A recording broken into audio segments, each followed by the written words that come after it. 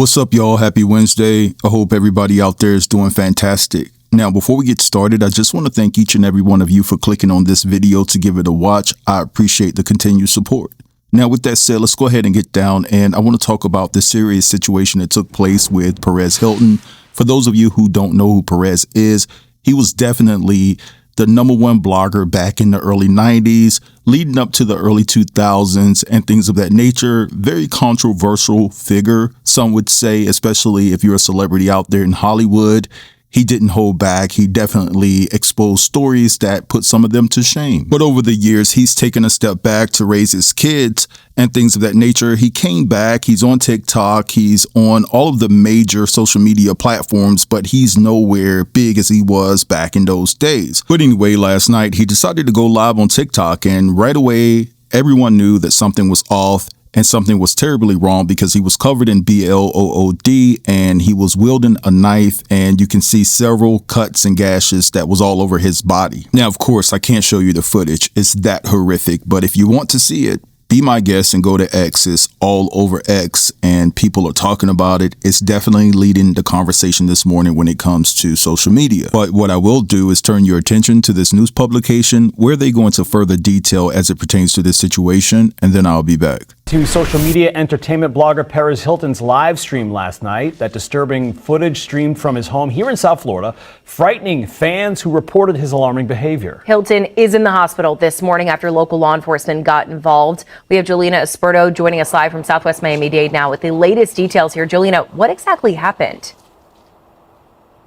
We know Miami-Dade Sheriff's Office got several calls from neighbors saying that celebrity Perez Hilton was harming himself live on his social media. Fortunately, deputies did get to him soon enough, but we know he was hurt, and we know it was a graphic, disturbing video we cannot show. Now, I want to show you some video of Perez Hilton over the years. So Tuesday night, those reports of the celebrity gossip blogger that he appeared to be harming himself on a TikTok live stream specifically. The Sheriff's Office says deputies confirmed with family members at his home that he was alone inside and worked to de-escalate the situation. Hilton said earlier this year he suffered a medical scare that left him hospitalized for an ulcer and sepsis for several weeks, that he is recovering and learning to walk again. He shared in June he and his kids relocated back to Miami, where he's originally from, to be with his mother. They were living in Las Vegas before that. Now, a statement from his representative, Golden Artist Entertainment, says in part, "At this time, we have not been able to make direct contact with him despite our ongoing efforts to reach him. Our primary concern is Perez's health and well-being, as well as the well-being of his family." Now, Hilton is a Cuban American, again, originally from Miami. He was famous for his celebrity gossip blog he launched online. He became a TV reality star. So once we have more information as to how he's doing, what type of injuries he might have, how his children are doing, his family, will be sure to bring that to you. But for now, I'm reporting live from Southwest Miami-Dade. Jolina Esperto, Local 10 News. All right, so you guys just heard all of that, and it's pretty sad, and I'm hoping for the best for Perez. He's going through something, obviously, that's dealing with his mental, and it's not good at this particular point, but hopefully he receives the help that he needs to push forward, because the one thing that should motivate him, and I hope that it does, is the fact that he still has 3 kids to raise. So we're hoping for the best over here, and I'm wishing him a speedy recovery. But anyway, let's move along, and I want to talk about K. Michelle, because K. Michelle really grinds my gears. Shakana! So a couple of days ago, K. Michelle was on the Breakfast Club, and she was talking about the fact that she thought that her and Shaboozey was cool, and she asked for a feature, and then all of a sudden he just ghosted her, didn't respond, didn't reply, just left her on red. Adios. Now, I can see how K. Michelle could feel some type of way. Shaboozey was just in her DMs congratulating her and also praising her artistry. And then when she reaches out for a feature, he's nowhere to be found. So I get that. I understand the frustration. And so then the conversation shifts, and K. Michelle started talking about the fact that Morgan Wallen is her favorite artist. And Charlamagne was quick to point out that he said the word ninja.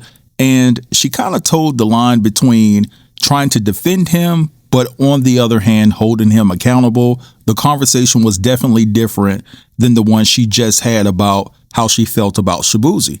So I want you guys to take a listen to the audio, and I'll be back. I watch black country singers won't work with and treat their own more up than white country artists trying to understand our culture and all of that. So you've reached out to Black country singers to collab, and they don't want to do it? Oh, I have. It's only about 15 of us in the city that's really there. Yeah. So like Mickey Guyton has always supported me. I just saw her did a post the other day about me. All of that. My thing is, okay, he can get mad at me and say whatever, but Shaboozey. So when all of that happened and all of that, Shaboozey, this and that, I got it. You know, the Nigerian singing country, I get it. Okay, what's going on? So I did. I looked at my DM and I saw, and he was like, you know, you the gold, this and that. And I'm cooking some turkey chops and pork chops. He like, you know, he cooked me some or whatever. Damn, that's give you a number. My A&R is calling saying you're looking for me, but when I text you, and I you know I'm not a feature girl. When I text you about a feature, you don't answer back. I don't need no feature from you, because once they find out you don't like black women, it's over for you anyway. Well, I probably supposed to say that. You can cut that. Well, but my favorite artist was and is, like, Morgan Wallen has been my favorite artist. He said, I'm finna tell you. oh. So when I got to couldn't wait. No. When I got to Nashville, Yeah. I heard a song that like completely changed my life as an artist. It's called Talking Tennessee. And I looked at my husband. I said, I wish you loved me like that. So I didn't know what this song was. It came up and he released Dangerous. And that album did like 100,000 like the first week and all of that. And so then this man said, right? Yeah. He said, you watch it.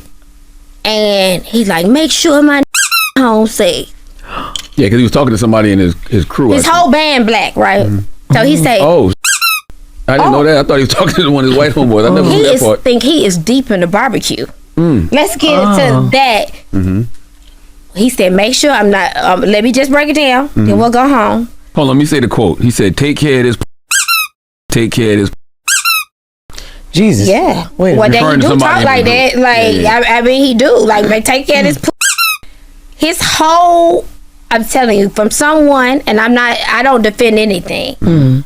We can't say the word. We can't do that. And I said to him, you come to a barbecue, but you can't go to a barbecue like that. You like, never that cool. That's never that cool.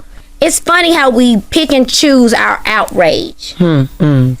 Like, I don't let none of my white homeboys use that word though. I don't either. Yeah, they can't. They know not to do that around me. Yeah. People know not to do that. But in this culture and in this thing, we allow people that aren't black to say you pick and choose. So you get to be, You mean okay, like the can you Latinos? say it? No, I didn't say that. You did that. You did that. I didn't say that. I'm not calling out nothing and this and that. I'm saying I was in Nashville. I love this. I saw that happen, and that is someone I started to form a relationship with, and heard him out and said, he is black culture. He loves black, but even loving black culture and a barbecue, that's still something that is sensitive to my people, to everything. No matter how cool you are, it's not a cool thing. It's a hurtful thing. Yeah. So then they don't let him submit for the Grammy. They this and that, but we don't even know he exists, so we're not fighting about it yet. You know what I'm saying? That's y'all doing this and putting this in our face. It wasn't about us. That move on him and leaking that wasn't about us. We needed to see it, but that wasn't a move That was people to that didn't help like us. him. That was who didn't like him. Yeah, I get what you're saying. That wasn't a move to help us. All right, so you heard what she had to say about the situation. And listen, I just personally find it funny that she would uplift Morgan, but give Shaboozey the boot. Now, I understand that Shaboozey has been questionable. There's some things that he said that a lot of people within the black community found to be anti-black or to be controversial to the black community. I think he said something to the effect that immigrants built this country literally during his Grammy Awards acceptance speech. And I believe that took place on February the 1st. Earlier this year, And then he later addressed the criticism on social media, stating that he should have been more intentional in clarifying that his words were not meant to dismiss the foundational role of Black Americans. So a lot of people already have Shaboozey under a microscope to see what else he has to say in regards to minimizing the contributions of Black Americans. But anyway, within that interview, there's no doubt about it that K. Michelle put on her cape to definitely defend Morgan. Some things that caught my attention is when she said, well, Morgan is deep in the barbecue sauce. His whole band is Black. To me, that sounds like a white person saying that's trying to deflect the fact that they are actually racist, that, hey, I have Black friends. And just because Morgan has an all-Black band, it doesn't give him a license to insult and disrespect the entire Black community. And so when K. Michelle talks about the fact that people be picking and choosing, obviously Morgan's friends is picking and choosing because they allow him to use that type of rhetoric around them. Obviously, you're picking and choosing because you're giving him a pass. And to let you tell it, you and Morgan have a pretty decent relationship, right? So my question is, why wasn't Morgan a feature on your latest country album? Why couldn't you get him to be a feature, right? You kicking Shaboozey through the wall. Let's see if you get that feature in the future from Morgan. Talking about he's invited to the cookout. I mean, this is just crazy work right here. You know what I'm saying? Upset with Shaboozey because Shaboozey didn't respond to her request for a feature, but glorifies Morgan and worships the ground that he walks on. And didn't K. Michelle go to an HBCU, which makes it more embarrassing? You know what I'm saying? It just seems as though that she's doing anything that she can to get ahead in a genre where it's dominated mostly by people who look like Morgan.